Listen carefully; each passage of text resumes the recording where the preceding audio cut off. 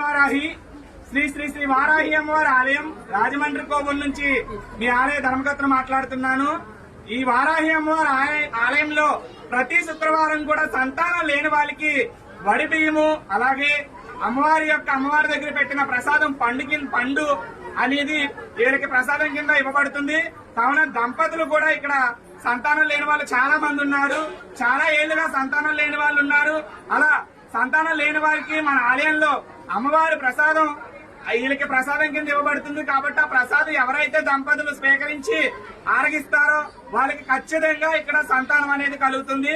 కాబట్టి ప్రతి ఒక్కరు కూడా సంతానం లేని వాళ్ళు ఎవరైనా సరే అమ్మవారి ఆలయానికి వచ్చి ప్రతి శుక్రవారం కూడా ఇక్కడ పండు అలాగే వడిబియ్యం ఇస్తారు. కాబట్టి పండు వడిబియ్యం తీసుకొని దంపతులు స్వీకరించిన మరుక్షణం కూడా వారికి సంతానం కలుగుద్దని భక్తుల విశ్వాసం. కాబట్టి ప్రతి ఒక్కరూ కూడా అమ్మవారిని దర్శించుకొని మీ యొక్క కోరికలు నెరవేర్చుకుంటారని మనస్ఫూర్తిగా కోరుకుంటున్నాను. పేరు చెప్పమ్మా.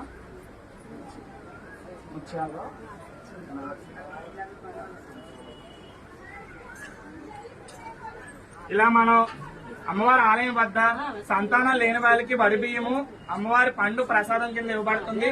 ఖచ్చితంగా ఈ వడి బియ్యము అలాగే అమ్మవారి పండు తిన్నవారికి ఖచ్చితంగా సంతానం కలుగుతుంది.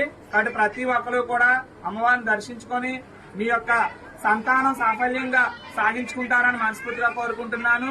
జై వారాహి, శ్రీమాత్రే నమః.